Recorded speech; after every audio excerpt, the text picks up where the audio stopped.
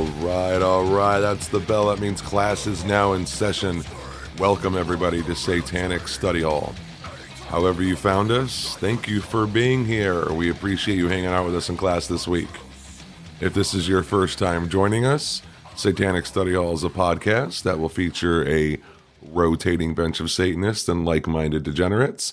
We'll be discussing things such as the history of Satanism, from its inception to modern day, news and entertainment through the eyes of modern Satanists, participating in activism, charitable events, and talking about them. That'll begin in the next week or two. And we're also going to make sure to have a kick-ass time doing everything I just mentioned. We spent our first few episodes introducing ourselves and our personal experiences with religion growing up, our individual journeys to Satanism, and just gave a brief overview of the Satanic Temple, what the Satanic Temple means to us, its 7 tenets, and some frequently asked questions about the temple. This week, we progressed into learning a bit about Anton LaVey and the Church of Satan. And I know that I learned a great deal in my research. So in the interest of time, we won't be going nearly as in-depth as these topics warrant. But we encourage our listeners to do so, and we'll always direct you to where we are getting our material from so you can dive in deeper. And as long as Johnny doesn't get kicked out of class this week, we will review Twin Temple's Satanic Doo-Wop, which I know personally I am excited to talk about. For lack of better words, it's sexy, dark, and lyrically arousing, and I encourage you all to stick around for that review. We will explore the history and initiatives and campaigns of the Satanic Temple and outline many differences between the Church of Satan and the Temple. We did talk some about the Temple last week, and we're going to dive a little deeper this week. And as always, if listeners have any questions at all, comments, feedback, you can always email us at satanicstudyhall@gmail.com. And if you haven't checked us out on social media, please do so. You can like any of our social media platforms simply by searching our name, Satanic Study Hall. We have a Patreon as well. We have 3 different tiers, a $3.33 tier and a $6.66 tier, as well as our super satanic VIP tier of $20 a month. So right off the bat, a huge hail Satan to Rob. Thank you once again for being so generous and paying for our beer when we record. We salute you. We hope you're taking good care of Frankie this week. And Frankie, we hope you feel better. We look forward to getting you on for Music Appreciation Day next time. And for everybody else, it's easy to join our Patreon. We have bonus episodes and content on there already, and we'll be sending out our first round of merchandise soon. All you have to do is go to patreon.com/Satanic Study Hall and check us out on there. My name is Bill Rohr. I am a member of the Satanic Temple, and today in Study Hall, I am joined by... I am Johnny Voorhees. I am a member of the Satanic Temple as well, and I am a member of Satanic Delco. I am Joseph Rose. I'm also a member of the Satanic Temple, and I am the founder of Satanic Delco. Joseph. Yes. You've had a busy week. Yes. What's been going on? Tell me a story. I heard there was an article, a flood of people reaching out to you, asking you questions, throwing Bible verses at you, but at the same time kind of patting you on your back. So could you tell me a little bit about that? A busy week on the Satanic Delco front. So when was Satanic Delco formed? Let me think. It was probably February was the official start of Satanic Delco, February of this year.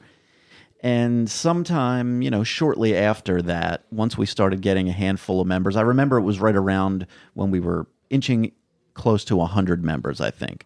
I was contacted by a guy that wrote for a local news outlet, and he was curious and asked if I would be up for an interview, and he wanted to write a little article about Satanic Delco. I said, sure. I was up for it. I was interested in getting word out around Delaware County to, find the hidden Satanists all around that might want to join. And so I agreed. And then our friend COVID-19 came along and just threw a wrench into everything that was going on at the time. And so this guy, his name was Max. I had never met him. I still have never met him. He kind of fell off. I hadn't heard from him, and so I thought, okay, maybe he'll reach out again at some point, or maybe not, whatever. And so recently he did, in the last couple of weeks, asked if I would still be up for it. I said, sure. And so eventually we got on the phone, did a pretty short interview. He's not a Satanist, but he was aware of the Satanic Temple. So he did his research. Yeah, I think he was previously, aware of it. He was at least sympathetic to our cause. I could tell. He knew what was up. Wow. Yeah. That's pretty exciting. Yeah, there was no level of, there was no combative aspect of it or anything. He was hip to what was going on. Yeah, normally I would expect at least a little bit of pushback. But no, that's awesome. Good. Yeah, or at the very least, just that casual ignorance that is most common. Like, what the hell is this? What are you doing? Why are you saying Satan? All that stuff. But he knew what was up, and so we had a decent little quick interview. Within a couple of days, the article went up. Well, I don't even know when it went up. I searched for it just out of curiosity to see, has it been put up yet? And it had. And there were already a few comments under the article, and you know how those go. Oh, yeah, I saw the first 3 myself. Yeah. So those are what you would expect from, outsiders that are mostly unaware or ignorant to the Satanic Temple and, modern Satanism generally. And so, all right, I didn't think much of that. I didn't engage or anything like that. And then within a couple of days, myself and some others took the article and pasted it around into every local town, community, Facebook group all throughout our county where we live. Uh-oh. And that is where the magic happens. Yeah, and I know people can't see me right now, but my hand is up in the air, guilty as charged. Yeah. I was part of that charge myself.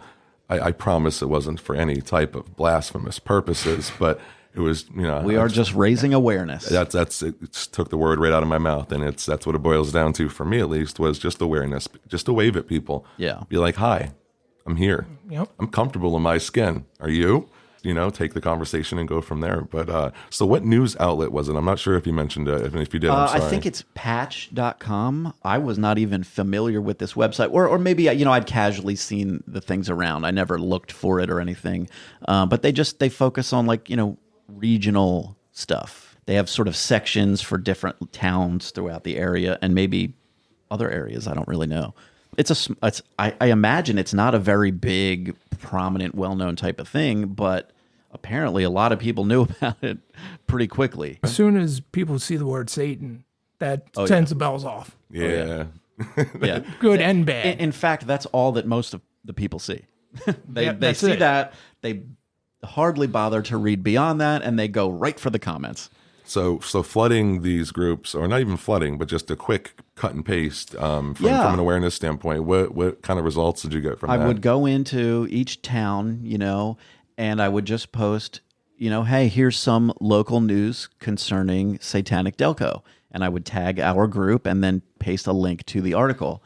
I had nothing to do with the presentation of the article. We did the interview, and that was the end of my input. So you had no idea what direction that could have gone in. It could have gone in any direction. He, wrote it the way he chose to write it, and he used an image of the now famous Baphomet statue from the Satanic Temple as it was on that flatbed truck that we've all seen in the Hail Satan documentary when it was out there in Oklahoma, I believe, right? Was it Oklahoma? So they see that picture and the headline that says something like "The Satanic Temple comes to Delco," picture of Baphomet. So everybody just saw that and freaked out, as they like to do. As expected. When they see the S word. And most of them clearly, without reading even a line of that article, simply posted sentiments like, tear it down. Not in my town. Yeah, there was a lot of that. And, when you ask, I would ask them, I would just reply to them like, where is it? Let's tear it down. Where are you going to tear it down from? It's in multiple cities. You didn't hear that? Yeah, it's everywhere. It's all over the country. Yeah. Apparently, the country and our township has been just overrun with Satan statues everywhere. So we're in Delaware County. Yeah. Let's just play devil's advocate and say that Baphomet was coming to town. Where do you think he would go in good old Delco? That rhymed. Whoa. Music teacher would be so proud. Awesome. Yeah, what is like a central place for us? I don't know. What about outside of media? Media is a given. You Planet at Media, it's a couple of pictures and goodbye. I'd say Longwood Gardens. Yeah, somewhere beautiful where a lot of tourists come to visit. Yeah, Chester. Well, or the opposite. Right in front of the casino. Or the opposite. Yeah, put it right in front of Harrah's. Where else?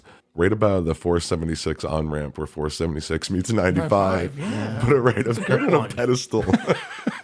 It'd get a lot of motherfuckers staring at it. We need a bigger statue. Yeah, oh yeah. Like Baphomet, I think, is like 8.5 feet tall or something like that. We need one that, if you're going to put it out there off the highway, it's got to be a good 25 feet tall. No, I think They need to put it in front of the 69th Street terminal. Delco would grow to love. I do their like Baphomet. something like a Longwood Garden, something in a beautiful park or Yeah, garden. something that would accent all the work and let fucking everybody awesomeness see of it. Yeah. Nah, I could It be is down with quite that. a beautiful statue. I really love the look of that thing. They did a great job on it. So yeah, shout out to how they wove that together. I think that was very creative. It was. It created a lot of conversation, a lot of views. I myself had a little bit of fun with it, but I also had some really good conversation as well. There's some good people out there that supported us, like that were fighting other hard-nosed users without me It's having always to the really way it chime goes. in. Yeah, whenever this happens, when our stuff gets posted around, this is the way it goes. The article goes up in the township, Facebook groups or whatever. Easily, 70% of the people immediately start clutching their pearls and freaking out and saying, take this down, this is crazy, this is evil, this is bad. You'll have a few people that are a little more level-headed generally that are saying, hey, they're not even, it's not evil, they're not doing this, leave them alone.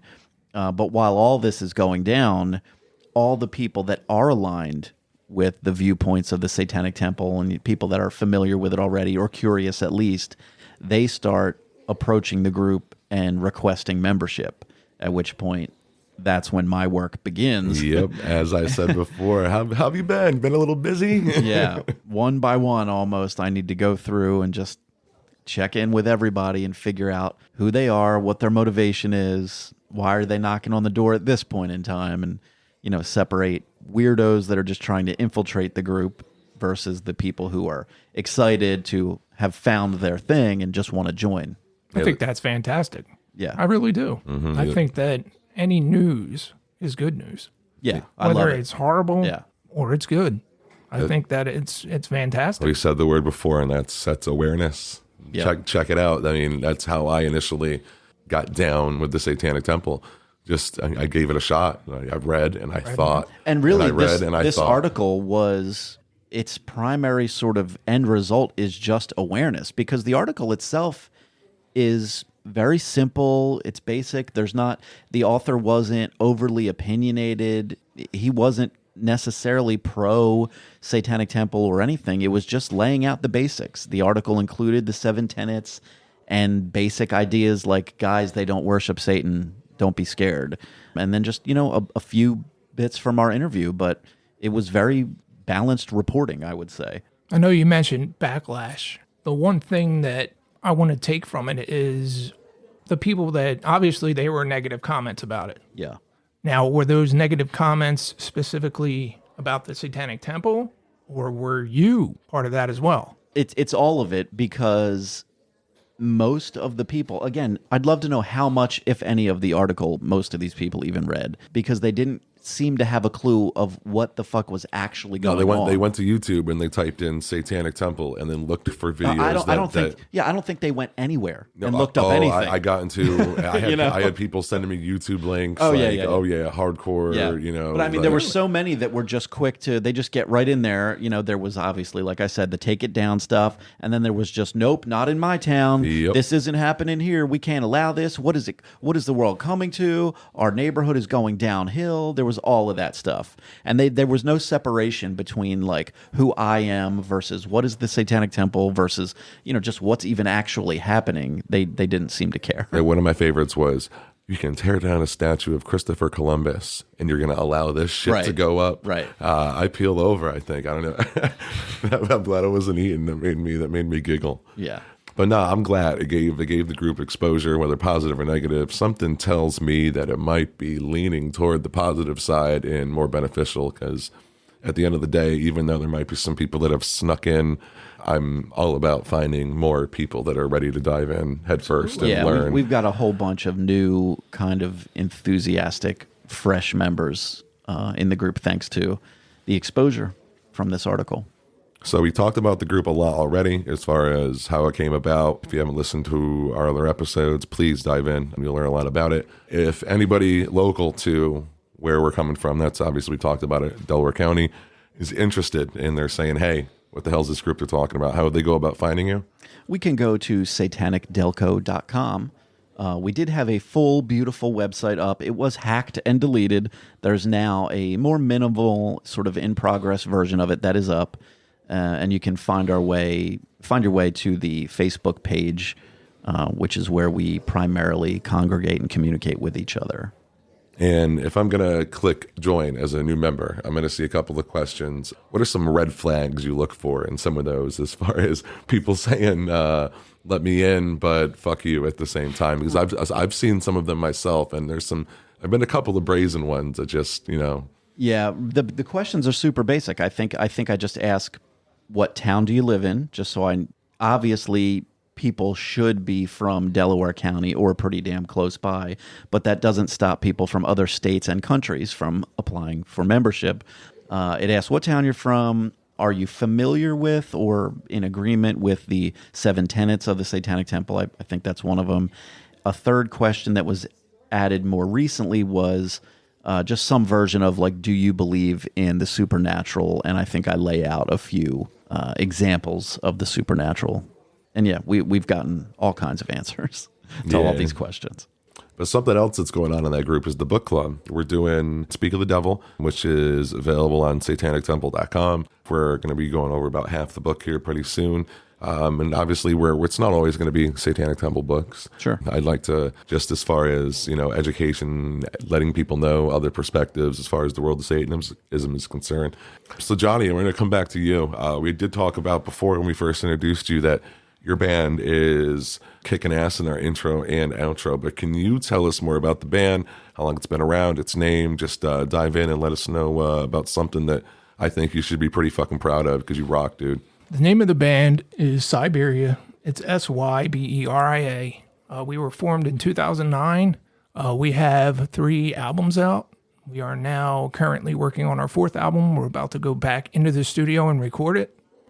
We still have a couple more songs to write, but everything's going well. Anybody who actually likes that noise that they hear in the beginning, that song's called Contradiction, and that's off our 3rd album, which is titled More Songs No One Wanted. More Perfect. songs no one wanted. That's fantastic. Yeah, I think so too. I came up with that title myself.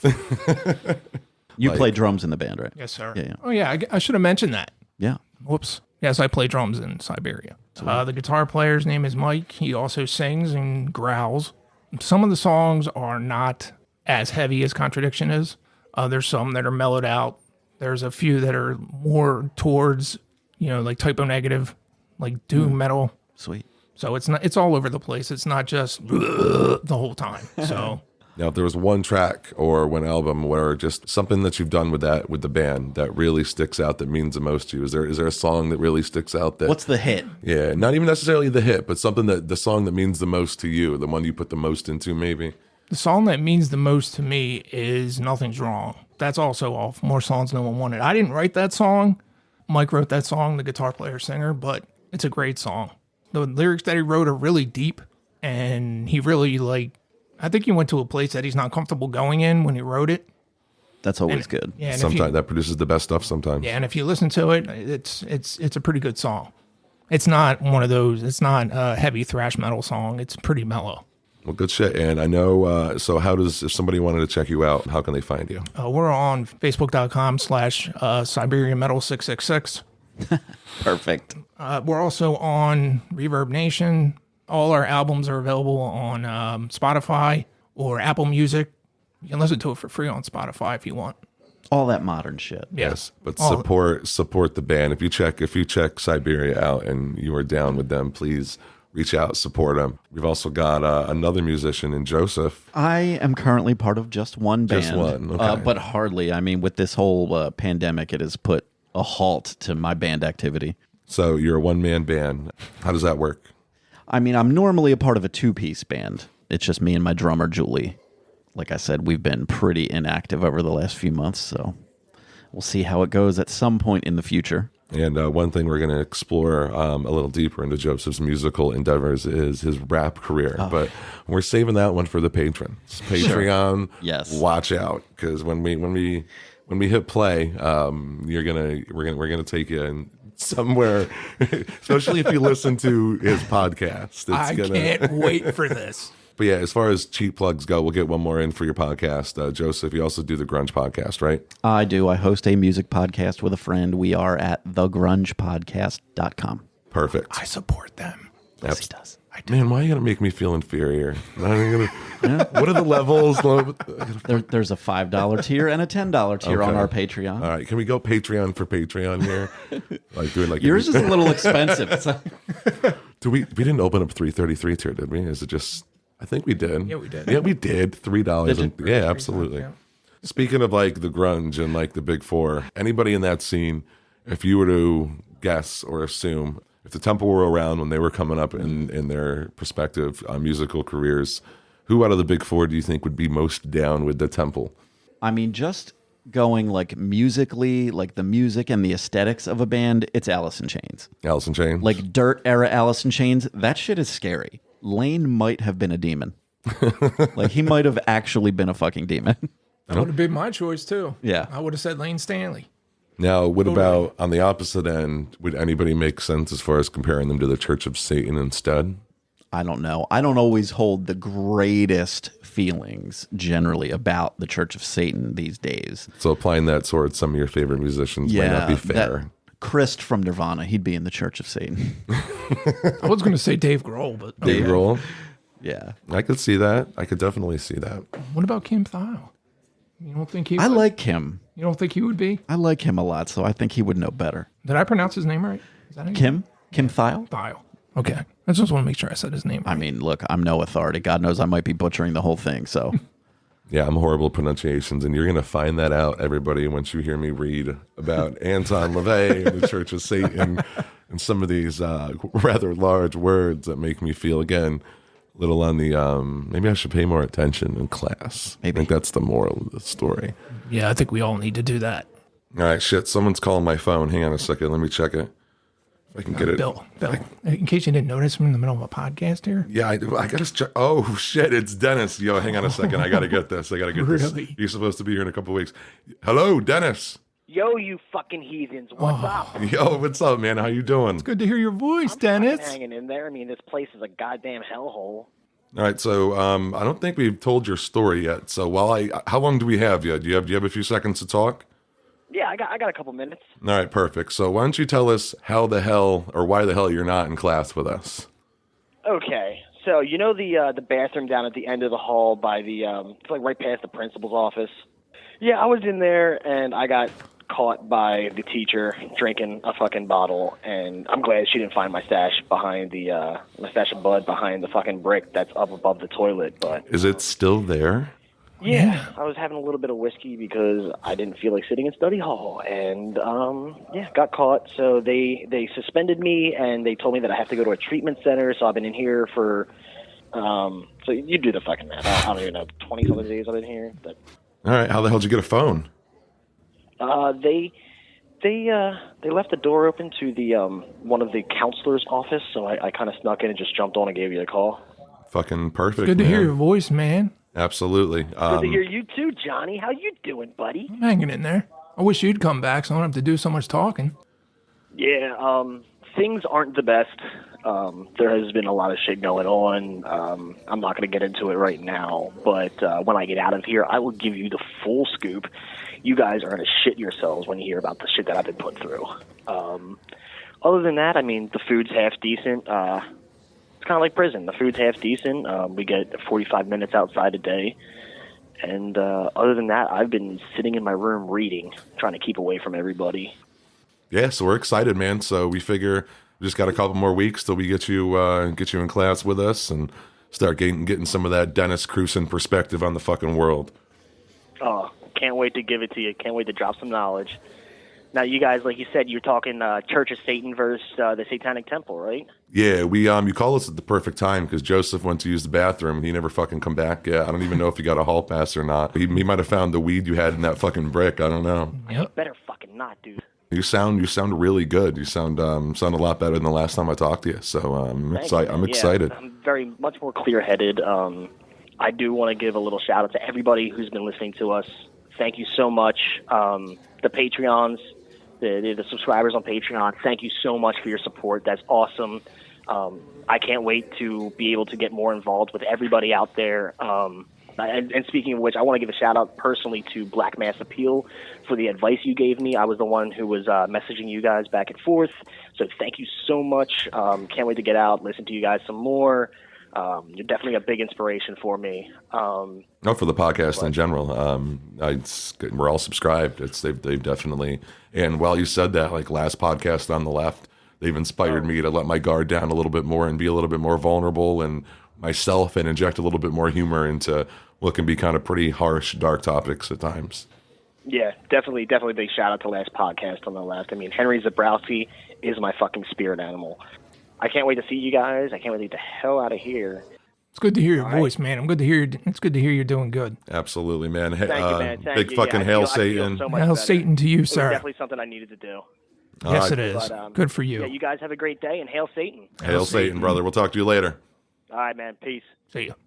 We are now going to dive into the world of the Church of Satan.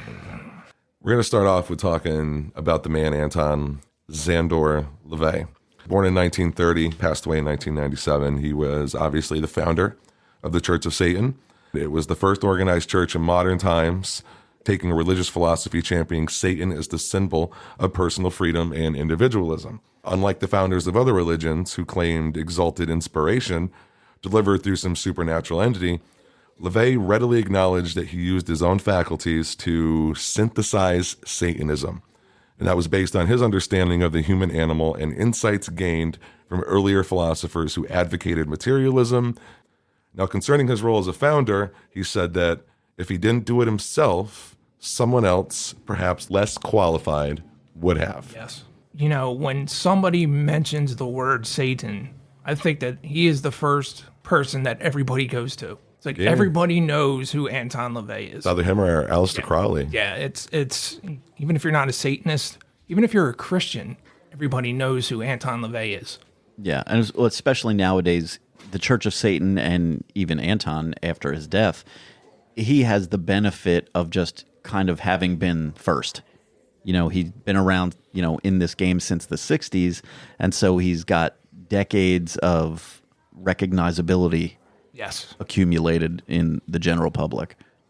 He went through his own evolution, as we all have in our own version of modern Satanists as members of the Temple. Right. So just a little bit of background about him. He was born in 1930 in Chicago. His parents then relocated. And by the way, I'm getting this information straight off the Church of Satan's website. If you want to read along or reference any of the things that we're talking about, because I'm going to skip around as we talk. Or if we miss anything, let us know. Yeah, Don't be and afraid. if there's anything important you think we should have covered, satanicstudyhall@gmail.com. But nonetheless, please feel free to dive a little bit further. All this material, again, is available on the Church of Satan's website. He was born in Chicago, relocated to California, and his family was on that American dream hunt. It says he was a sensitive child who would eventually mature into a role that would dub the Black Pope. From his Eastern European grandmother, young LaVey learned of the superstitions that are still extant in that part of the world.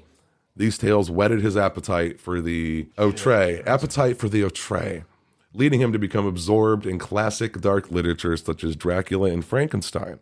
He also became a reader of the pulp magazines, which first published tales now deemed classics of the horror and science fiction genres. He later befriended seminal weird tale authors such as Clark Ashton Smith, Robert Barbour Johnson, and George Haas. His fancy was captured by fictional characters found in the works of Jack London and comic strip characters like Ming and the Merciless. More interesting to him than the available occult literature, which he dismissed as being little more than sanctimonious white magic, were books of applied obscure knowledge such as Dr. William Wesley Cook's Practical Lessons in Hypnotism, Jane's Fighting Ships, and Manuals for Handwriting Analysts. So then it goes on to talk about his musical abilities. Cheap plug for our next podcast. We're going over a bunch of school-related and satanic-related music that's been around as far back as you can remember. Anything school or satanic-related, we're going to try to touch on. So LaVey was quite the musician. He started out mainly attracted to keyboards. I guess he went on to do a bunch of other stuff here as far as music. I mean, I think that's fantastic. I mean, it mentions it here that his music abilities were noticed early, and he was given free rein by his parents to try his hand at various instruments. And I think that that's really important. You know, that he had his parents had his back basically, and they let him try whatever he wanted to. I'm unaware of this, but does Anton have music like out there? Like, have any of you guys heard any music from him? There's he's got like there's videos of him playing the organ, like YouTube videos. Oh yeah, I may have seen that. I mean, didn't he even compose the Satanic the Black Satanic Mass? He's got all types of records and recordings even before he founded the church. I believe he's got albums out. But it was he was mainly attracted to the keyboards because of their scope and versatility, found time to practice, and could easily reproduce songs heard by ear without recourse to take fake books or sheet music. And I think that's pretty amazing.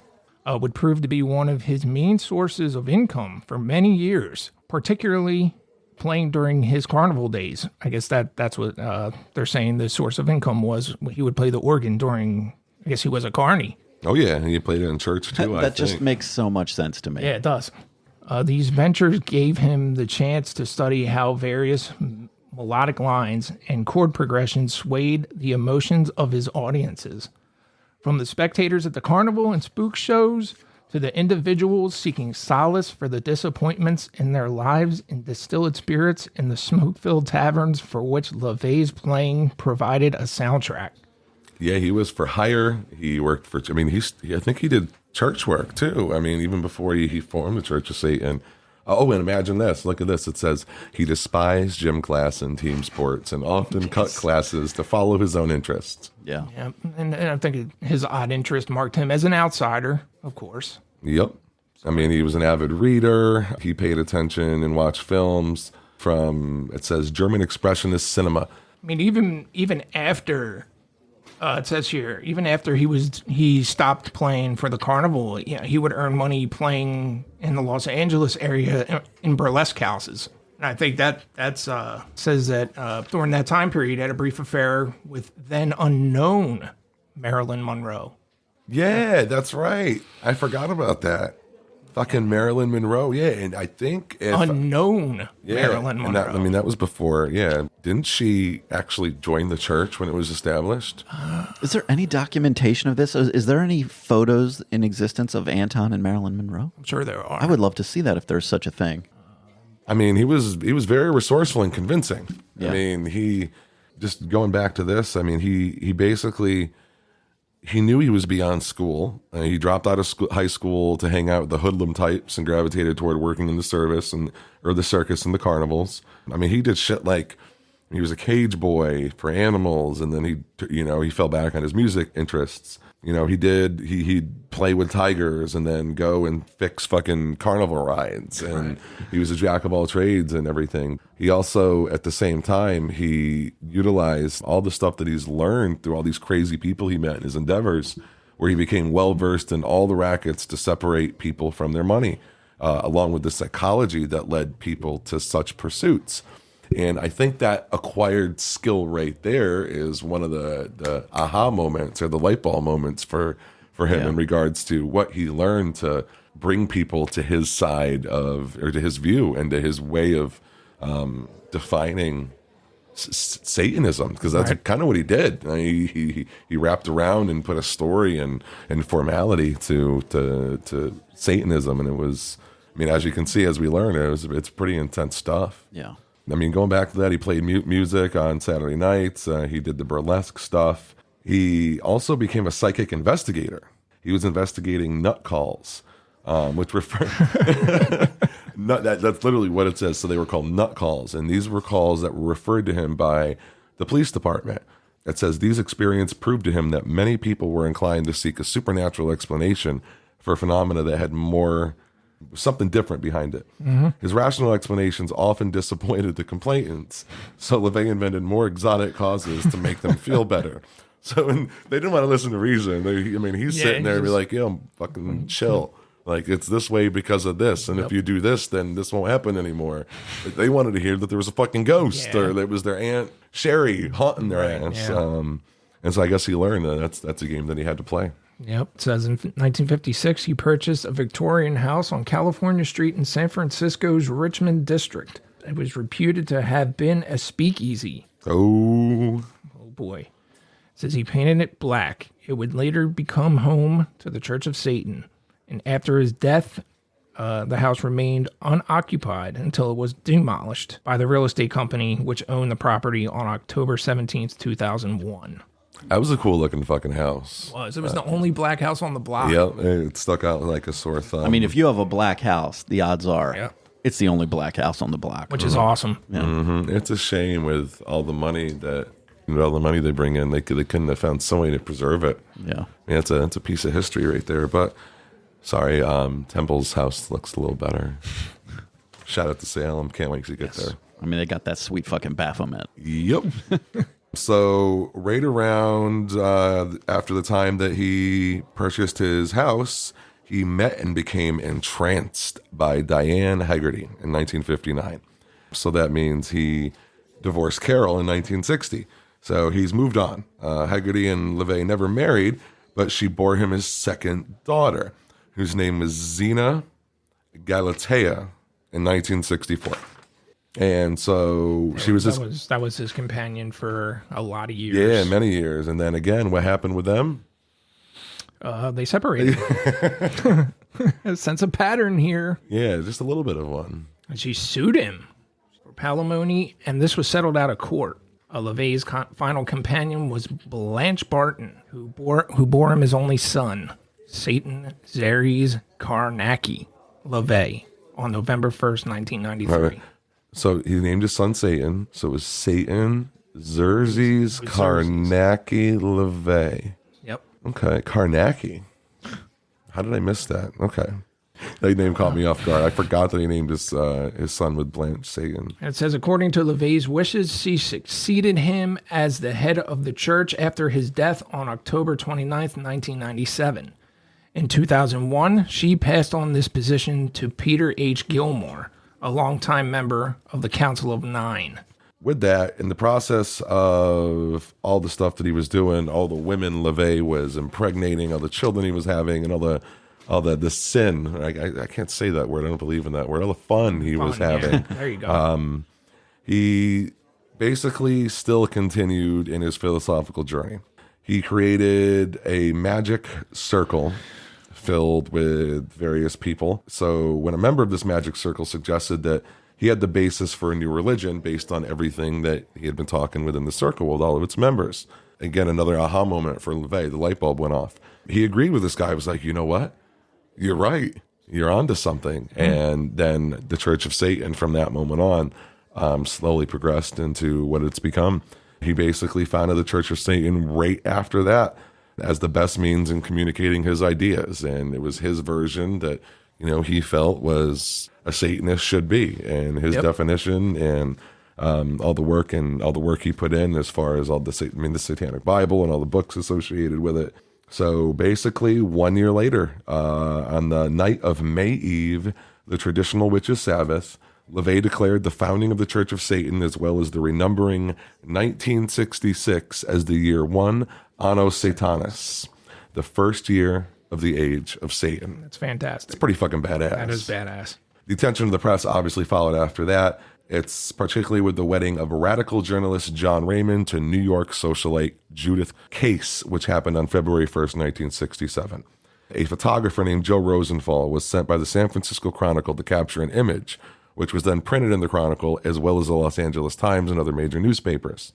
LaVey began the mass dissemination of his philosophy via the release of a record album, The Satanic Mass. There we go. And you were right, John. It was The Satanic Mass, which came out in 1968. The album featured a cover graphic named by LaVey as the Sigil of Baphomet, which has since become the ubiquitous symbol of Satanism the world over. Featured on the album was part of the Rite of Baptism, written for 3-year-old Xena, which was performed on May 23, 1967. In addition to the actual recording of a satanic ritual, side 2 of the LP had LaVey reading excerpts from his as-yet published unpublished The Satanic Bible over music by Beethoven, Wagner, and Sousa. His Friday lectures continued, and he instituted a series of witches' workshops, which purpose was to instruct women in the art of attaining their will through glamour, feminine wiles, and the skillful discovery and exploitation of men's fetishes. Okay. Yes. Crazy, interesting stuff, though, here as far as how it came to be. We're at the end of 1969 now. LaVey had taken monographs he had written to explain the philosophy and ritual practices of the Church of Satan, and he had melded them with all of his philosophical influences from Ayn Rand, Nietzsche, Mencken, and London, along with the base of wisdom of the carnival folk and his upbringing. He prefaced these essays and rites with rework excerpts from Ragnar Redbeard's Might is Right, and concluded it with Satanized versions of John Dee's Enochian Keys to create the Satanic Bible. Now I want to put the brakes on it right there because I heard something crazy interesting. It's not a recent article, but his daughter, Xena, came out and was like, he plagiarized the fuck out of these two. Oh, yeah. He didn't do anything but just take out the supernatural pieces of things. And then this is still clearly coming. I mean, she's got to still a lot be of benefiting. stuff kind of comes out after the fact about Anton. I don't know how true or well documented everything is, but I believe it was that the woman who was his final partner, I think she's spoken up in more recent times and claimed that at the end of his life, he, admitted to believing in either an actual Satan or God or both. I'm not exactly sure, but I know I've read something to that effect. Didn't really see, there's no evidence necessarily one way or the other, but I believe she's speculated to that. Yeah, Ragnar Redbeard's Might is Right and John Dee's Enochian Keys. Again, if anybody wants to look into that, any of our listeners want to dive in, definitely some validity to that as far as the news article.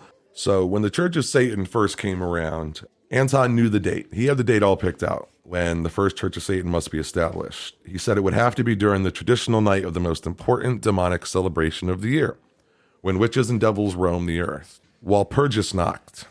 Well, it's either Walpurgisnacht or Walpurgisnacht, the night of April 30th to May 1st. Now, for this night, LaVey shaved his head as part of a formalized founding ritual. In the tradition of medieval executioners, carnival strongmen, and black magicians before him. And this was to gain personal power and enhance the forces surrounding his newly established satanic order.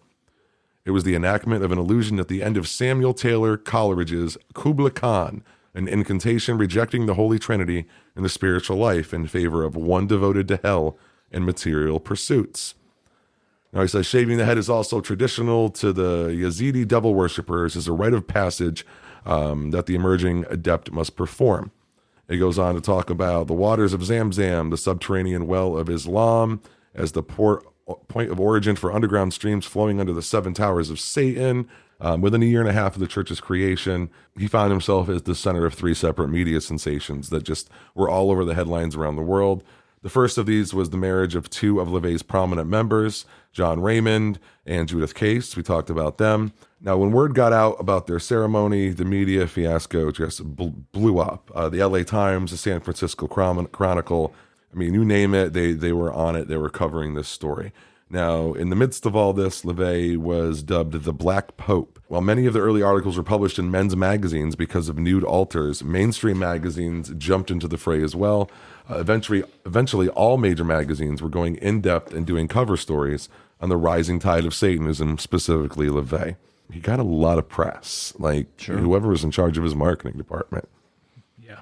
I mean, I guess the press was in charge of his marketing department, right? They did all the work for him. They did all the work for him. That's what I was just going to say. Church of Satan had various rituals, different things where nude females were used as altars, accompanying music, which was corruptions of church hymns, the inverted cross, the Lord's Prayer being recited backwards, mock holy wafers were consecrated by insertion in a naked woman's vagina, whiskey was used instead of wine for Christ's blood, holy water was substituted with seminal fluid and milk, and the names of the infernal deities were invoked instead of the Christian God. This was too much, it says, for some lapsed Christians to stand. Some would attend out of curiosity, only to find that it was simply not for them, while your hardcore LaVey Satanists would be right there, cheering it on, saying, give me some more of that seminal fluid. No laughs? Come on. What the fuck? I'm just struggling to wrap my mind around Anton and his antics. So in the beginning, obviously, a lot of it was focused on mocking Christianity, and he got kind of sick of that. LaVey even recognized it himself. He was getting bored. So he worked up rituals that would be even more blasphemous, but also positive and exciting. He used his background in psychiatry that we had talked about before, and also saw potential for group rituals, which used psychodrama and psychic direction. Instead of just throwing off the bioelectrical energy and releasing it to the dissipated in the surrounding ethers, he said that energy could be structured, shaped, and directed to accomplish a specific goal. He doesn't want to do parlor tricks, but real applied magic. And then we go on to baptisms. Another thing that really got himself some crazy media attention is the baptism of his daughter Xena. Now, not only was she baptized in his own little way, it was, just like we had mentioned before, the complete opposite of what you would expect in a Christian baptism. Different things that we saw or that were seen at this baptism was a colorful Baphomet with an ice cream cone, lollipop, and other things that a little girl would like included in the circle. Her mother dressed her in a bright red hooded robe and sat her on the edge of the altar while photographers from New York to Rome snapped away. Now we're talking about the Satanic Bible.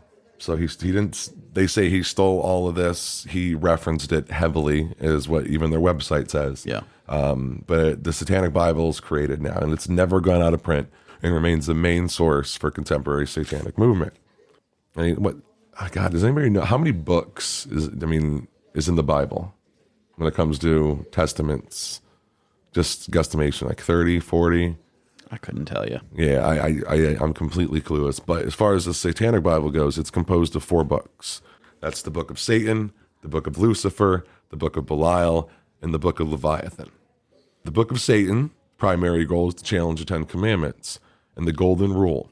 The Book of Lucifer holds most of the philosophical stuff, with 12 chapters discussing topics such as indulgence, love, hate, and sex. LaVey also uses the book to dispel rumors surrounding religion. In the Book of Belial, LaVey details rituals and magic. He discussed the required mindset and focuses for performing rituals and provides instructions for 3 rituals, those for sex, compassion, or destruction. Then you have the Book of Leviathan, which provides 4 invocations for Satan: lust, compassion, and destruction. It's not 4. Sorry, I'm reading it. I guess I'm missing one. Yeah, I'm missing one right there. But nonetheless, you've read the Bible, Johnny. Tell me, the Satanic Bible again. What are your thoughts? I mean, I know you touched on it before, but were there any super hooks that really pulled you in closer, and what kind of gave you a swift kick in the ass? Well, when I read it, like I said before, it kind of scared me a little bit, because I wasn't exactly, I don't want to say that I was atheist at the time. I mean, I guess I still had beliefs, about Christianity and God. And it scared me because when I read the Satanic Bible, a lot of the things that I read, I agreed with. One of the things that stood out to me the most, and I don't remember it word for word, but it was, all these feelings that you're having, about whatever it may be, about a woman, or about just indulge in them. It's not wrong to have these feelings. To me, it was at the time. To me, that was wrong. That it was wrong to have feelings about, a woman, if you're not in a relationship with her. Right. And I mean, to me, that I was like, wow, this is telling me that that's actually it's actually animal instinct. It's one of the things that, oh, jeez. Here we go. Hang on a second. Good morning, students and faculty. This is your principal with an important announcement. Satanic Study Hall is not affiliated with any other satanic organization. The views and opinions expressed on Satanic Study Hall are ours and ours alone. Thank you, and as always, Hail Satan, indeed. All right, so before you were so rudely interrupted. Yes, that was rather rude. But yeah, and the one thing that, I think it's really funny is when you're talking about the 9 satanic sins, and the very first one that you're talking about is stupidity. I think that's hilarious that that's actually number one. The 9 satanic sins is stupidity. I mean, I can't say that. And it's I too bad disagree that stupidity that isn't painful. I think that's actually a quote from Anton LaVey. I think he said that in one of his interviews, or I think he actually said that in one of his interviews. Yeah, I think stupidity becomes painful later in life. Yeah, Anton was all, I mean, I think it's clear, even probably from this point, Anton was a narcissist. There's no question. Definitely. And he was really deep into this idea that his way was the way, Yeah. And anybody that kind of wasn't on that same page as him was stupid and wrong and, should be punished. He had a lot of questionable views behind all this stuff. I mean, the other thing that really got me was, he's talking about, Satan represents vengeance. Yes. If somebody wrongs you, destroy them. Right. Don't try to turn the other cheek. Don't try to, talk it out. Don't try to, work out your differences. No, you fucking destroy them. And to me, that really, that got me. Yeah. I mean, I have talked to, and not to jump on the defense train, but I have talked to people that are, LaVey Satanists still, like, just as recently as a week ago, that still choose to put their own personal modern spin, how they interpret that. Like, I think one of the key words, very similar to, Tenet 1 in the Temple, is within reason or in accordance with reason. Right. Yeah. And I think that, to me, that was, I never got that message researching the Church of Satan. Right. when it comes to that It stuff. wasn't there. And there was no real reason. It was just follow. There's no reason. It seems like there is no reason when it comes to the Satanic Bible. I mean, they're saying that if somebody wrongs you, you fuck them up. Yeah, I mean, especially if someone enters your home. Yeah. And I found what is really common now, like we know the Church of Satan or the Satanic Bible, there are parts where Anton references magic. He says in these circumstances, use your magic, cultivate your magic, all that kind of stuff. And he kind of loses me at magic. That's getting into a woo area that, if we're just straight up, we're people that don't believe in the supernatural. Now we're getting into a questionable territory. And that's the shit right there. And that's what got my mind going before, is that almost makes me think that, he actually believed in Satan and how deeply he was into the occult and his, all of his satanic blessings and like the hardcore rituals that I honestly, just from doing all my research, I could totally get that maybe he really did worship a being. Right. Maybe Well, he and was what not atheistic Satanist, an atheistic. Maybe he really did believe in Satan because, I mean, he was even with all the interviews that he did, like it seemed to me like maybe it's quite possible that behind the scenes. You would see him kind of on the show, like putting curses on people in the crowd, like a lot of weird shit. Was it tongue in cheek? Was he fucking around? Maybe, but I don't know. If I learned for sure that he wasn't, I wouldn't be surprised. And when it came to the black magic stuff, I absolutely believe, because, I mean, right off the bat, unless, I mean, I'm a see it, believe it guy, but I mean, maybe I can go into a Church of Satan gathering and maybe somebody can actually show me that black magic exists, and then I'll be on a whole nother playing field. It'll be a whole nother conversation. But nowadays, it's really common for followers of the Church of Satan.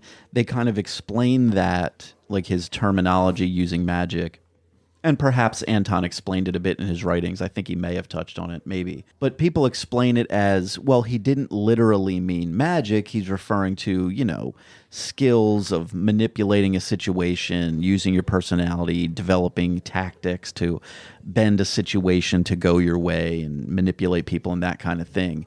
But sometimes that really strikes me as people retconning a more palatable modern explanation onto some past bullshit, which is the exact thing that Christians do when you point out ridiculous passages through the Bible.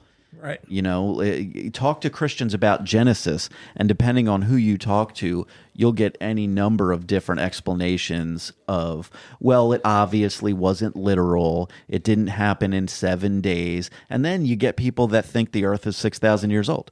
I mean, it's all over the map. People have varying levels of literal translations or ways to explain it away so that they don't sound as ridiculous as they truly are.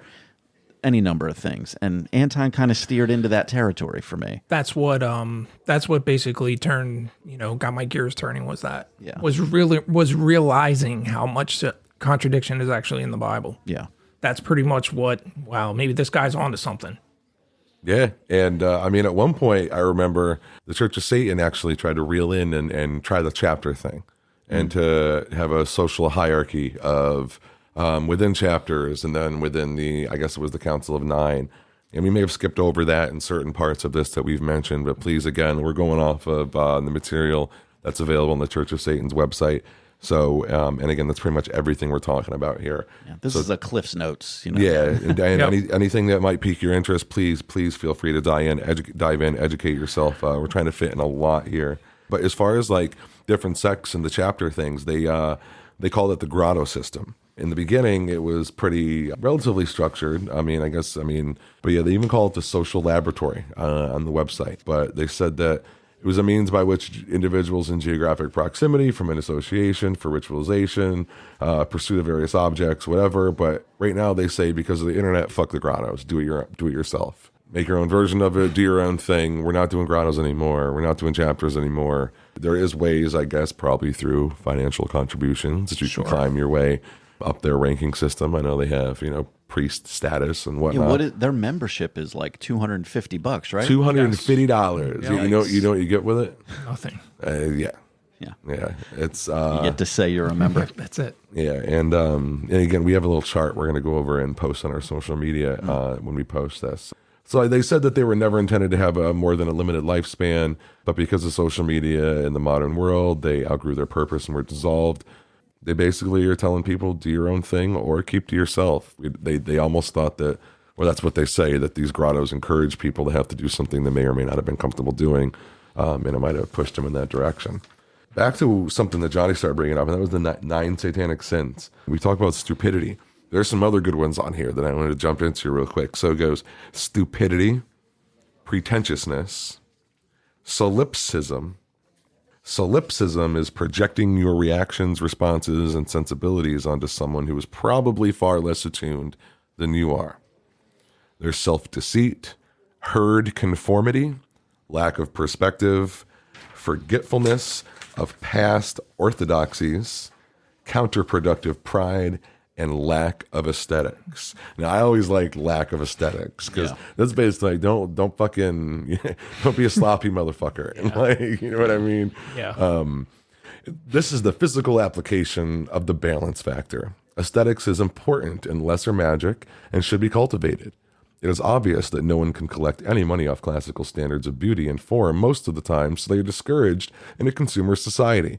But an eye for beauty, for balance, is an essential satanic tool and must be applied for greatest magical effectiveness.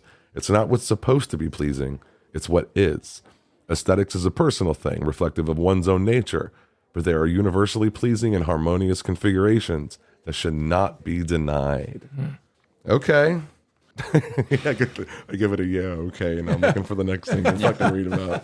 Sorry, and again, I am trying to keep a healthy balance here. Obviously, I'm a member of the temple, but there's just certain things about this as I've grown through the years and evolved that just make me giggle. There's that fucking word again. As a member of the Satanic Temple, I maintain the right to offend members of the Church of Satan, and if they don't like it, we know what they can do. That's right. The 9 satanic statements, going right down the list. Number 1, Satan represents vital existence instead of spiritual pipe dreams. 2, Satan represents undefiled wisdom instead of hypocritical self-deceit. 3, Satan represents kindness to those who deserve it instead of love wasted on ingrates. Number 4, Satan represents vengeance instead of turning the other cheek. 5, Satan represents responsibility to the responsible instead of concern for psychic vampires. He loved using psychic vampires. So that comes up all the time. Oh, yeah. Number 6, Satan represents man as just another animal, sometimes better, more often worse than those that walk on all fours, who, because of his divine spiritual and intellectual development, has become the most vicious animal of all. 7, Satan represents all of the so-called sins as they lead to physical, mental, or emotional gratification. Rock on. That was the one I was trying to think of earlier when I was talking about, what drove me to. Right, yep, and that right there again, and it just, there's no such thing as sin. Right. Satan has been the best friend the church has ever had as he has kept it in business all of these years. Great quote. So now we're going to talk about the 11 satanic rules.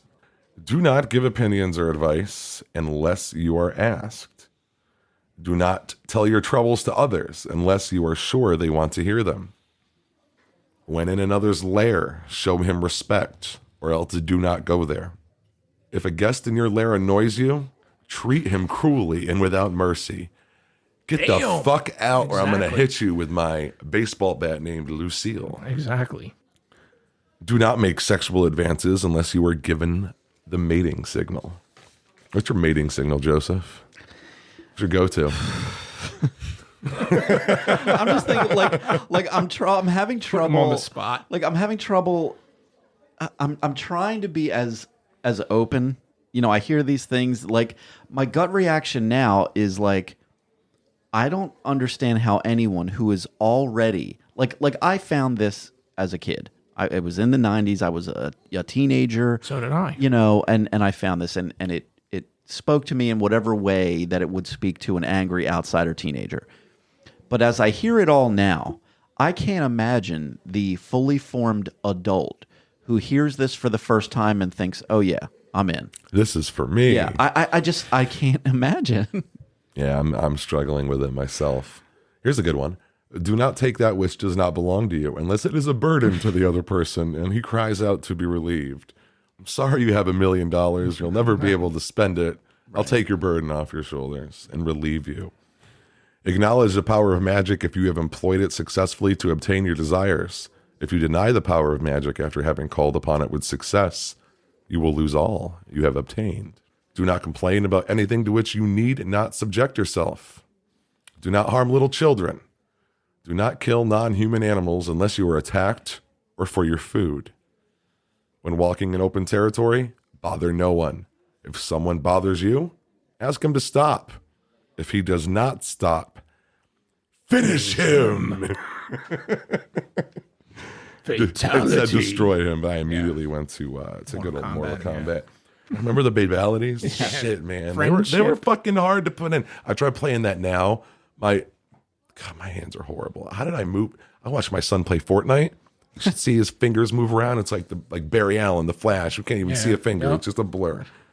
So just a quick, I'm going to start flying through shit. There's a hierarchy in regards to the Church of Satan, and this isn't in the Council of Nine or anything. This is just, so you can become a registered member for $250.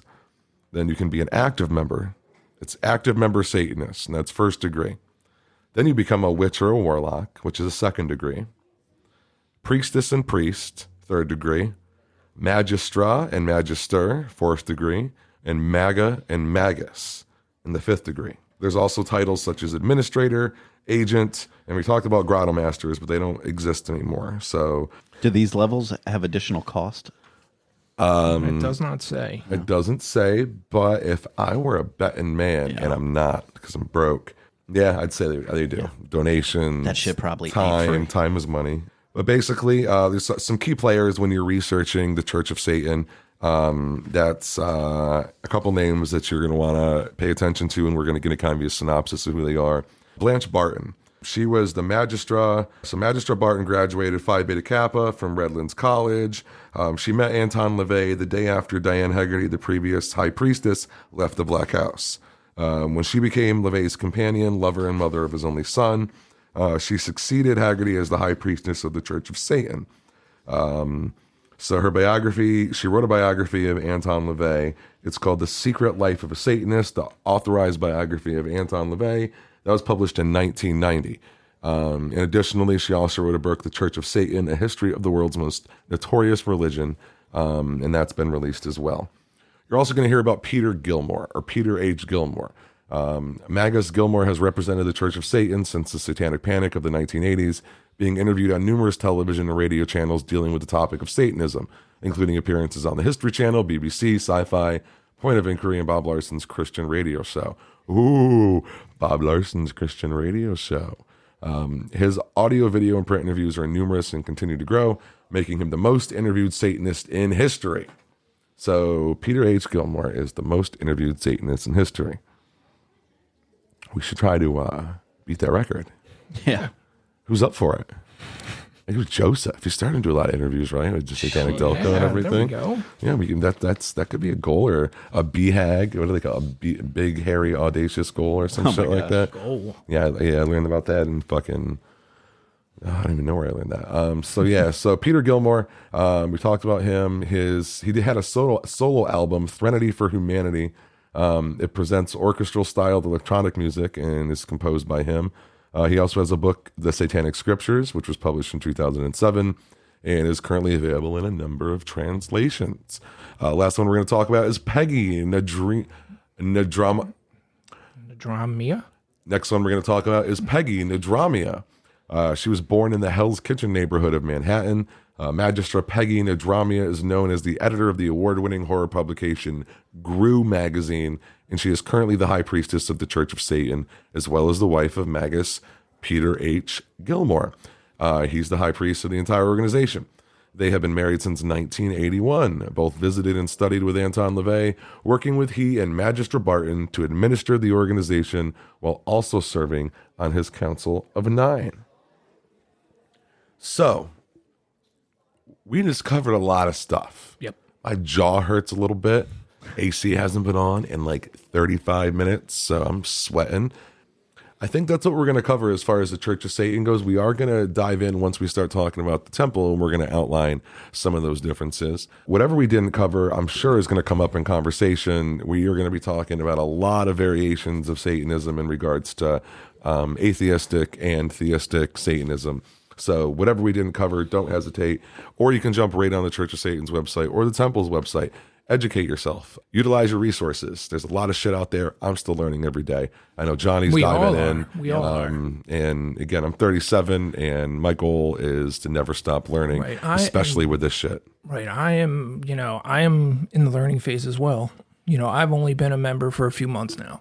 All right. It might be about time to talk about Twin Temple. Uh-oh. Is heavy metal really the devil's music? You know what you are? You're the Antichrist. What? Yeah, that's what you are. You are the motherfucking Antichrist. Hail Satan! Hail Satan, indeed. Today, we're going to talk about a band that I didn't know about up until a few months ago. That band is called Twin Temple. When you think about a satanic band, you really don't think about something like what you're hearing right now. You think black metal. You think long black hair with spikes and, upside down crosses engraved in foreheads. But this is quite the opposite of that. A little bit about them.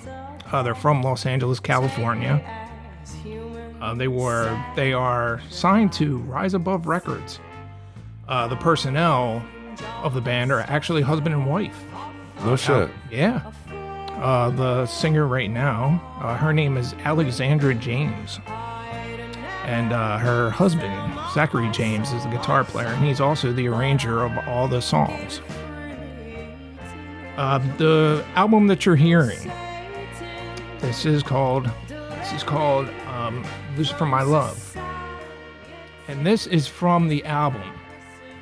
Well, it's actually a self-titled album, Twin Temple, but in parentheses, it's called Brings You Their Satanic Sound. Satanic Doo-Wop. I love that. Not to interrupt. Satanic fucking doo-wop. It sounds fantastic. Yeah, it's so fitting. It's a fun idea. It was released on 7/13/18. Like I said, on Rise Above Records. Contains 10 tracks. Track number 1 is The Devil Made Me Do It, or The Devil Didn't Make Me Do It. Yeah, the devil didn't make her sorry. do it. As far as music goes, Devil makes me do it all the time. yes, it's very early Motown soul. It's catchy guitar licks, perfectly combined Satanism with 50s rock and roll, I think. And this song, like I said before, this is called Lucifer, My Love. And it's a wonderful song, great song. This is going to be my wedding song. Yeah, super If, clean. if I ever get married. It's super clean. Fuck marriage. Super clear, clean vocals, great lyrics. Then there's Sex Magic. Ooh, Sex Magic. Yes. With the good sounding drums. Yes, there we go. This is my shit right here. Good piano. Killer backing vocals. The lyrics aren't too shabby either. I can see almost the poodle skirts and just, I can, what was that movie? Grease? No, not Grease. They went back and it was black and white. And then it eventually, like, it was some remote control or some shit. I have no idea. No, I'm sorry, I'm just high. Continue. Next song is I Know How to Hex You. It reminds me of, it kind of sounds like, I'll put a spell on you. It's to me, it sounds very jazz influenced. Very jazz influenced song, and I think it's awesome. The next track is called I'm Wicked. I'm Wicked. Again, another one of my favorites. Yes, very throaty vocals. It's got a little bit of sax in it with spooky lyrics. Kind of reminds me of a David Lynch movie. I can see that. Yeah, that's the way I take. That's what I take from the song. I think it's a very cool song. I think it's got cool organ in it as well. I'm not sure if I'm pronouncing this right. It's in LVX. Is that right? I think that's right, yes. Is that If it's not, we sincerely apologize. Yes. It's pretty much an Old West guitar. The licks and the drums. It's an instrumental song. This one is actually instrumental. It's a cool change up, I think, to the rest of the album. The organ, I think it's a magical formula. I think it's a great song. And the next song is Santa Muerte, which is another fantastic song. Then the next song, which really got to me, is called Let's Hang Together. Oh, yeah. That one was rather powerful. Yeah, that song is pretty brutal. And by brutal, I mean, it's about taking someone's life, or you're taking your life, because your significant other has passed. They're taking the vow till death do us part. They're actually taking it literally. Listen to that song for yourself. I think it's pretty stellar and beautiful. The next song is Femme Fatale. To me, that's a like a steampunkish song. Yeah, it definitely had that vibe to it. It kind of reminds me of a song you'd hear at a carnival or a sideshow. And then there's In Nox, N-O-X. I think that's a killer opening, with the bass and the cymbals and the horns and the organs. Is that the long one? Yes. Yeah, okay. Yeah, it's playing, I think it has incredible energy. That's another jazz influenced song. It's a super way, I think it's a super way to end the album. I agree. As far as the album in entirety, I think it's a great and fresh take on modern Satanism, through rock. Like I said, it's not death metal, it's not black metal. You can hear it for yourself. It's a breath of fresh air. You can hear the lyrics. Alexandria James has a beautiful voice. Her husband Zachary James, the arranger. I mean, the music in itself is amazing. I just think it's a superb album, and I think it's going to stand up to the test of time. I mean, I really think that you guys should give this a listen. I think it's a great message on individuality, love, respect, and even equality. It sounds 10 times better on vinyl, even, I think, because you almost have that small little pop that matches its time frame. You know what I mean? Yeah, it's actually you're putting on a vinyl record. It gives it that. Yeah, I do love you know, I love vinyl. So. Yeah, it's helps. something Me too. special. Yeah. Yeah, this record is, I really like this. I really like I like the sort of concept of the band and their execution. I like that they've leaned into their status as members of Satanic Temple and putting that into their music the way they've done. In practice, this isn't an album that's ever going to get a ton of plays for me. Yeah, unfortunately, let's be honest, but it's got my view. Yeah, I like it. I think it's really good. I think what they're doing, they do really well.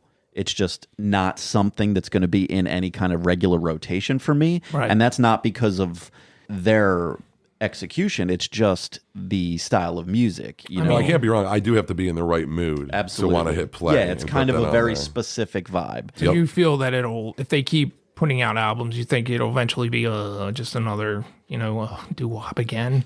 I mean, They it's will gonna get have old? to evolve. Yeah, you think it's going to get old after a while? Yeah, they will have to evolve. Yeah. They'll have to spread out a little bit for sure. I think so anyway. But I mean, that's just my taste. I mean, people that are more into this style, I'm sure it would be able to be a bigger part of their regular I rotation. mean, I love 50s doo-wop. Well, imagine walking into a school dance and seeing Twin Temple on stage. Yeah. That'd be the coolest fucking school dance Yeah, it'd ever. be I have so fantastic. much Yeah. false confidence and ask everybody to dance with me and Yeah. get declined one Now, after and another and just keep here's the- trying.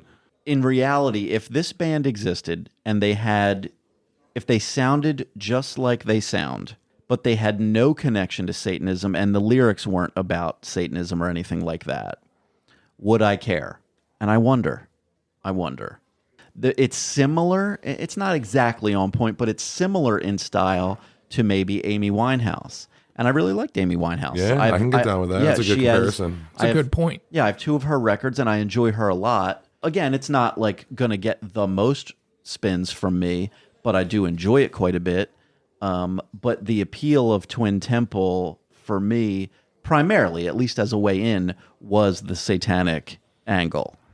And I love that, they have, that it is a juxtaposition. It's their content and their aesthetic and all the Satanism mixed with this musical style that is not what you would expect from a satanic band. And they're clearly a satanic band. Right.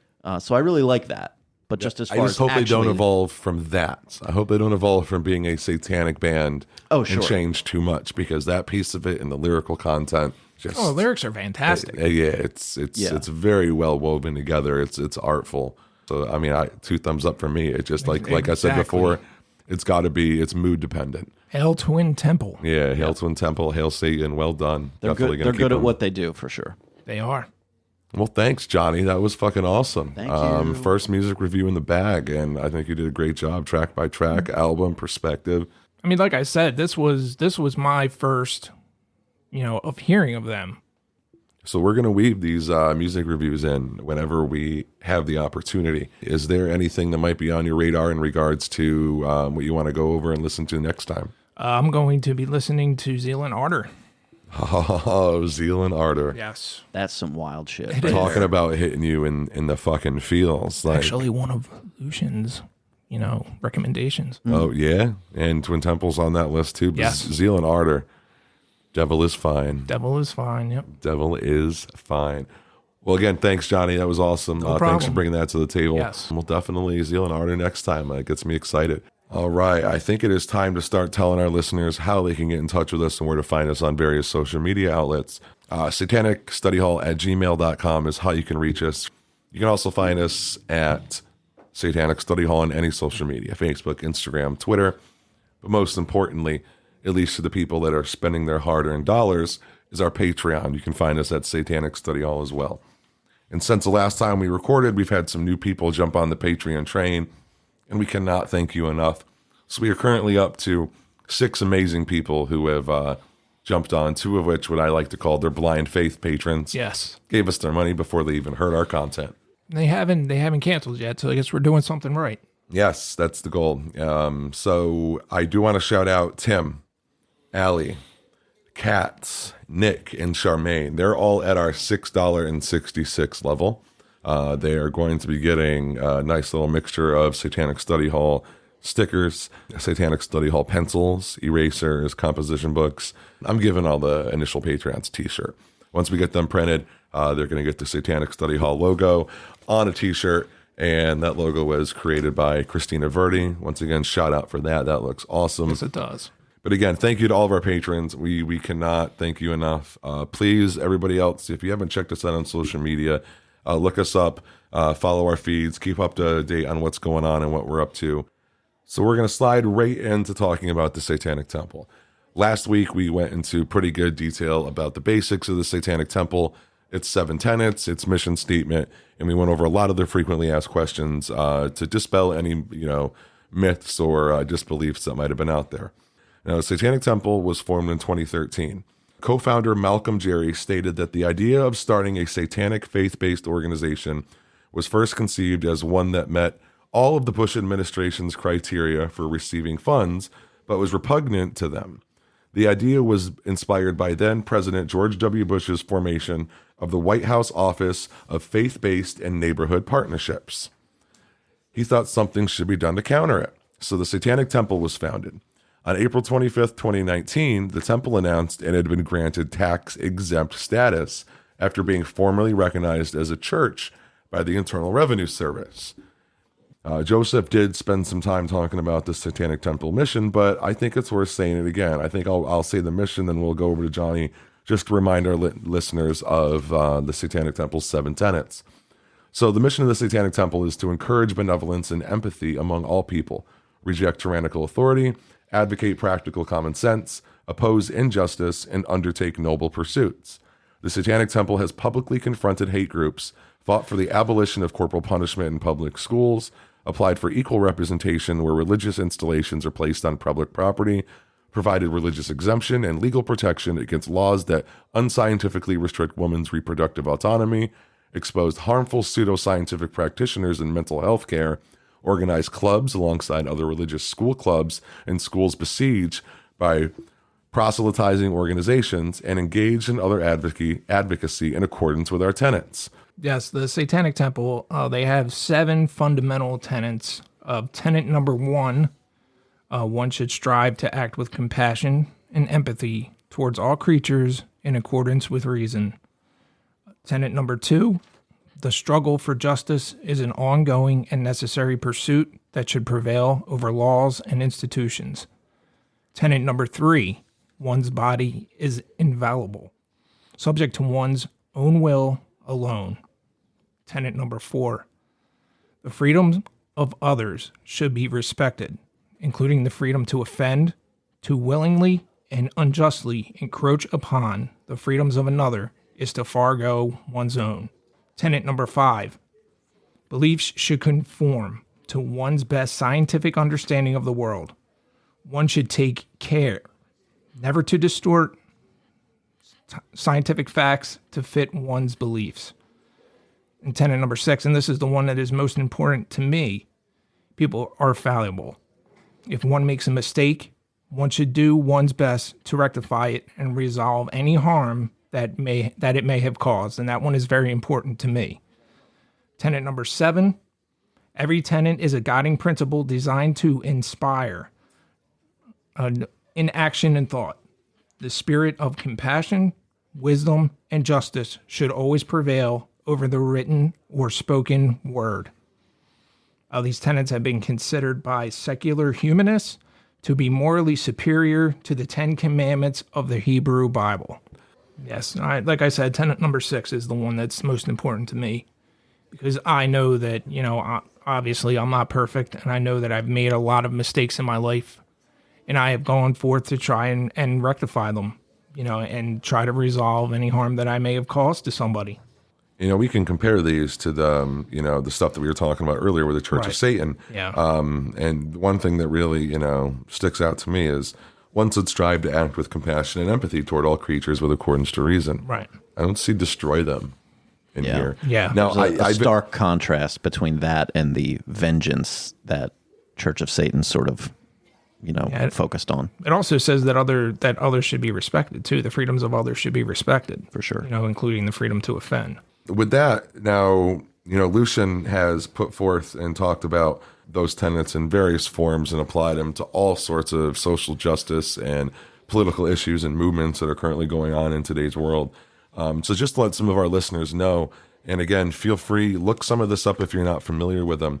But I want to make sure that people understand some of the really awesome efforts that are going on with as far as the campaigns go. We've got Grey Faction, which is one of the Satanic Temple's projects around exposing malpractice and pseudoscience associated with satanic ritual abuse. The Adopt a Highway program, the pink masses that the temple has performed, that we also partake in black masses. There is the Baphomet that currently resides in Salem that has raised all sorts of eyebrows and caused a big stir across the country. There's the Protect Children Project, all of the protests involved at Planned Parenthoods, Muslim refugee activism, pentagram rituals, after-school Satan. There's a Los Angeles Satanic Mass that caught a lot of attention back in 2017. And then, the holiday displays. So different things where they would try to erect various displays adjacent to Christian nativity scenes, which were located on public grounds. That happened at the Florida State Capitol. As we touched before, the Satanic Temple is tax exempt. They are a recognized religion. Tons of stuff. Again, we talked about Hail Satan and how much you can learn simply by watching that video. We also talked about the differences in membership. You pay $250 to become a member of the Church of Satan. I can become a member of the temple for free. And then I can pay only $25 and get I get to pick my membership card and certificate. Pretty bitchin' certificates too. And that is not mandated. You don't need to get yourself an ID card and a certificate. All you got to do is vibe with the tenants and, personally commit yourself, and the rest is up to you. There's chapters in Ottawa, Canada, all throughout Detroit, Michigan, Portland, Los Angeles, the one in the UK, it looks like it says it's seceded from the temple over internal disputes with national leadership, but that's growing pains. It's, there has to be some type of hierarchy and leadership from an accountability and just controlling your message standpoint. Always going to have growing pains. So some of the major differences with LaVey and Satanism, and I'm going off of an essay primarily that Lucian wrote. Lucian Greaves has described the temple as being a progressive and updated version of LaVey's Satanism. The temple sees itself as separate and distinct from LaVey and Satanists, and feels that its principles and tenets represent a natural evolution in satanic thought. Lucian Greaves, as the founder of the Satanic Temple, has said that the elements of social Darwinism and Nietzscheanism within LaVey and Satanism are incongruent with game theory, reciprocal altruism, and cognitive science. The Satanic Temple has received some criticism for their actions over time, most notably from religious organizations and figures. Many critics state that they believe that the temple is not a serious organization and instead is just basically a trolling group and meant to be a prank or a form of satire. Greaves and Blackmore have dismissed all these claims, especially in an interview with Vice, that the temple could be both satanic and satirical. Blackmore has also stated that people believe that they are only trying to cause trouble for no reason, just to be shocking. And that's not true whatsoever. Yes, we're getting your attention to some of the things we wear and some of the things that we say, but the things that we're fighting for, we're doing more than... It's a lot more than that. The two aren't mutually exclusive. The Satanic Temple most certainly likes to do some trolling, for sure. Lucian is full on board with all of that. Even if you just watch Hail Satan, there's Lucian in his big pink glasses jumping in the shot, getting his picture taken by the news cameras and everything. And that's hilarious. But it doesn't reduce any of the work being done for any of the not at all. Causes and things that they're focused on. Now, Lucian's also criticized the Church of Satan for its lack of political lobbying and what he sees as their exclusivity. Now, the political lobbying alone, what does the Church of Satan stand for? What are they doing? What are they pushing for? What are they lobbying against? As far as I can tell, they're not doing much. Exactly. And I just went over, a plethora of things and projects that are active, that are current within the last few years, of things that the Satanic Temple is fighting for, a stance that has been taken, a line drawn in the sand in regards to action that needs to happen. When it comes down to it, in this article, both Greaves and Blackmore talked about how they've received death threats in response to their activities and their relation with the Satanic Temple.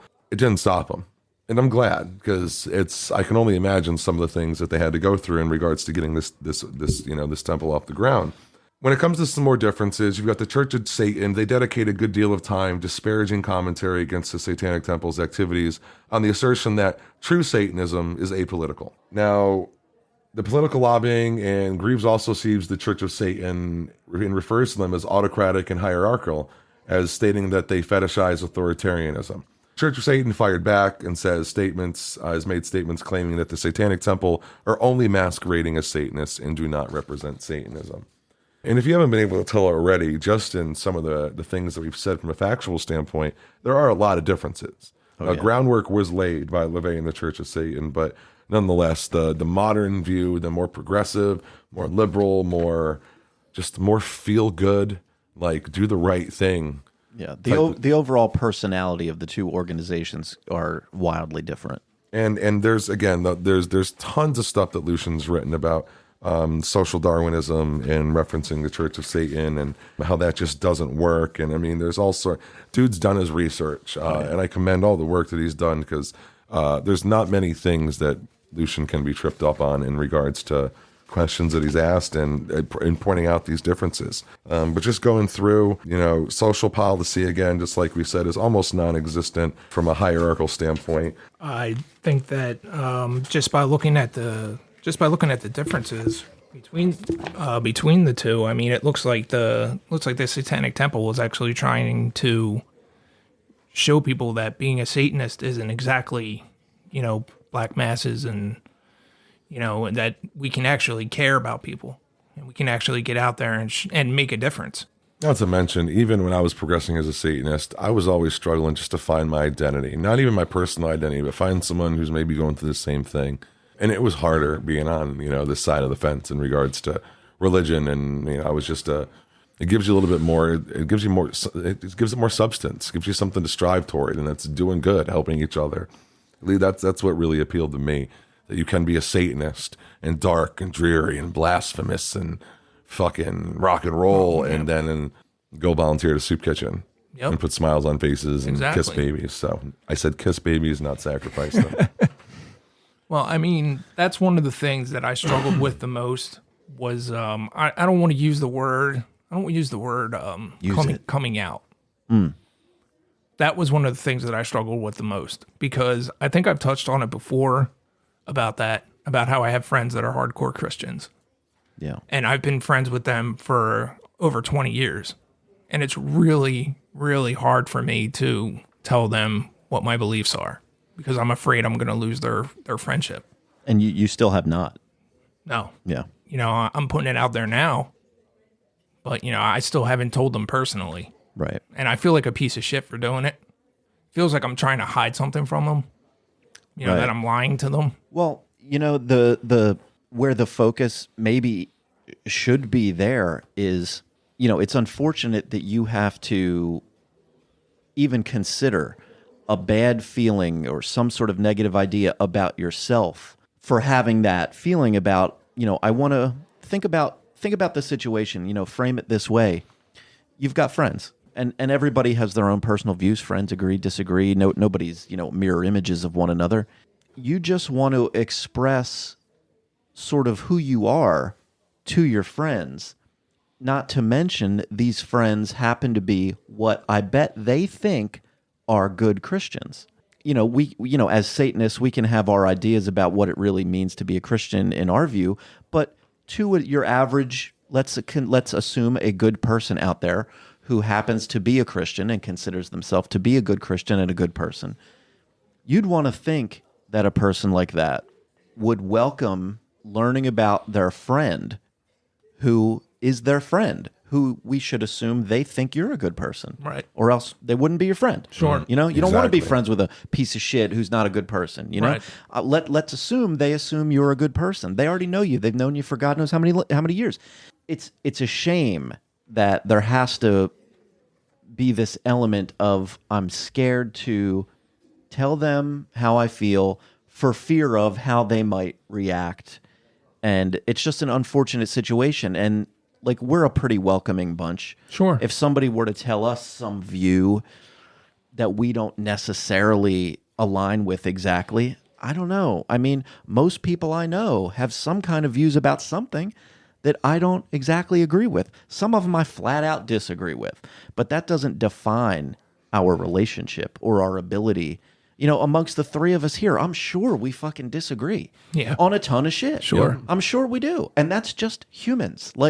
There's too many possibilities out there. It's infinite, to find somebody that is exactly on board and in line with everything about you is not only impossible, but it sounds incredibly fucking dull. Like, how boring would that be? Right. Like, If why everybody bother was the having a same. friend? I'll just fucking talk to myself. Exactly. Yeah. So my hope for you, Johnny, is that you're able to at some point have that conversation, and I sure hope that these people in your life are open and accepting of you the way that good friends should be. Do they assume that you are Christian? No, They assume what? that I'm just atheist. Okay. That drives me bonkers. Yeah. Like, the it's okay to whole- be atheist, Like, but when it you might switch- be. It might be one thing if they were under this guise that you're a Christian and you're on board. They assume you're praying and going to church or something. That would be a shock, maybe. Oh, what? You're on the other team? That's crazy. They think you're an atheist, but in reality, you're an atheist. Right. Like, it's the idea. The thing that is scary that would drive a wedge is if you were like a theistic Satanist, where Right. you actually are on Team Satan. Like, let's go evil, which Yeah. obviously we know that's not the case.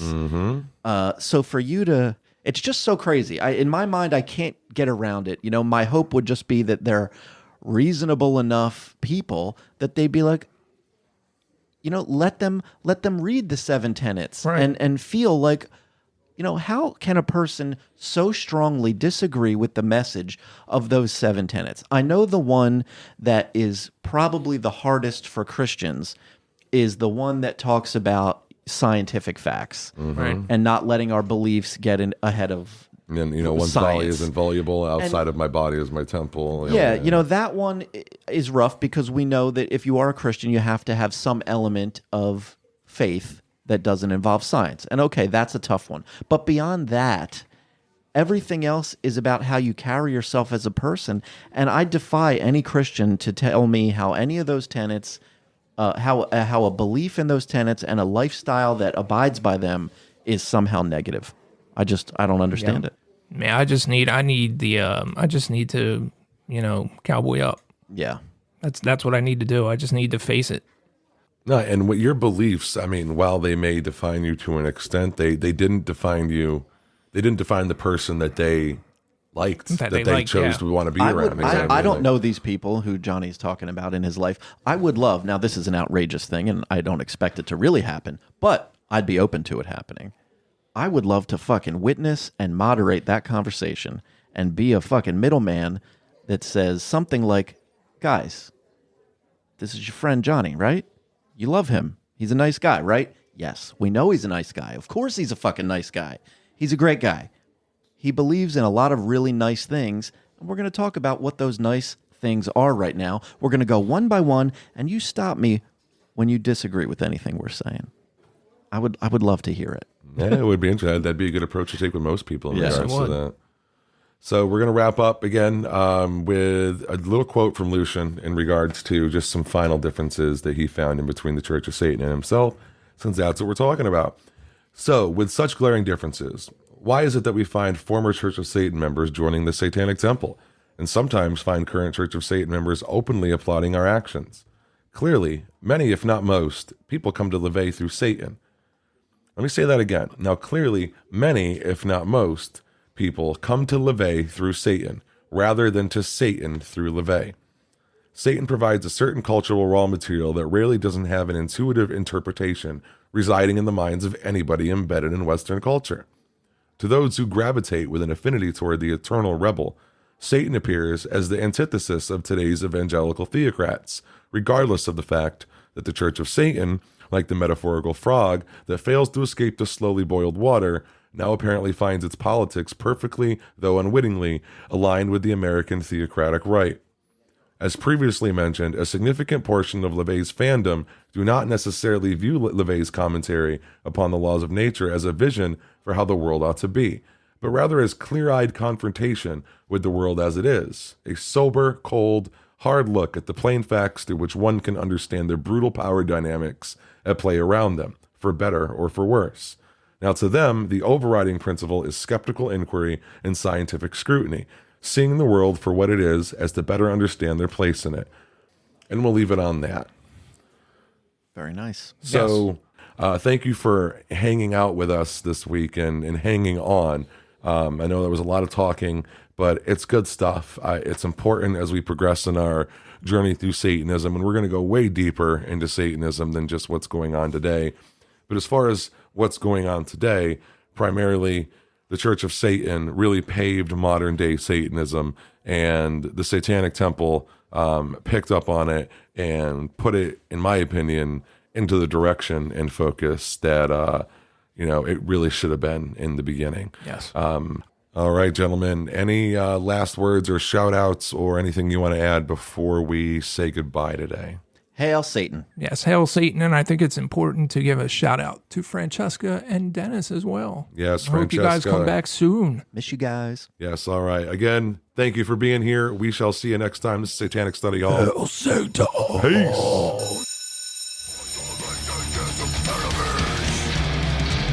The list will